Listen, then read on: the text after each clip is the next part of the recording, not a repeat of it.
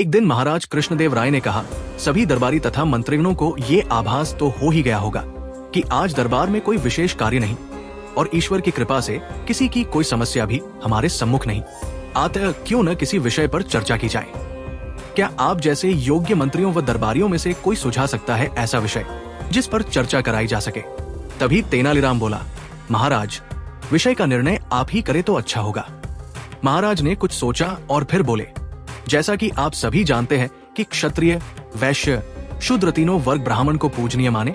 सभी दरबारियों व मंत्रियों को महाराज का ये प्रश्न बेहद सरल प्रतीत हुआ। इसमें कठिनाई क्या है महाराज?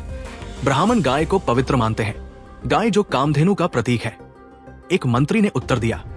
दरबार में उपस्थित सभी लोग उससे सहमत लगे।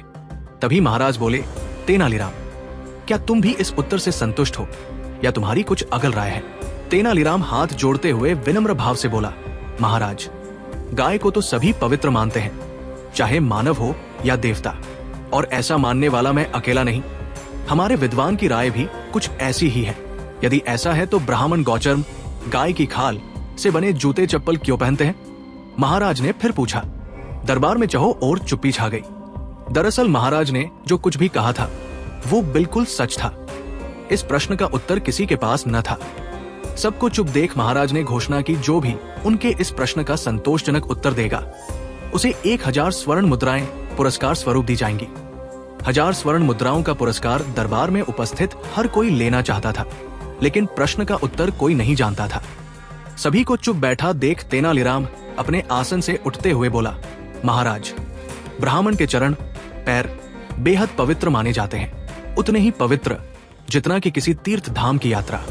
आत गौचर्म से बने जूते चप्पल पहनने से गायों को मोक्ष मिल जाता है, गलत तो हर हाल में गलत है। महाराज बोले, गौचर्म से बने जूते चप्पल पहनना जायज नहीं कहा जा सकता, फिर चाहे पहनने वाला ब्राह्मण हो या किसी अन्य वर्ग का। लेकिन मुझे खुशी इस बात की है कि तेनालीराम ने उत्तर देने का साहस तो किया। चतुराई भरा उसका उत्तर उसे 1000 स्वर्ण मुद्राएं दिलाने के लिए काफी है।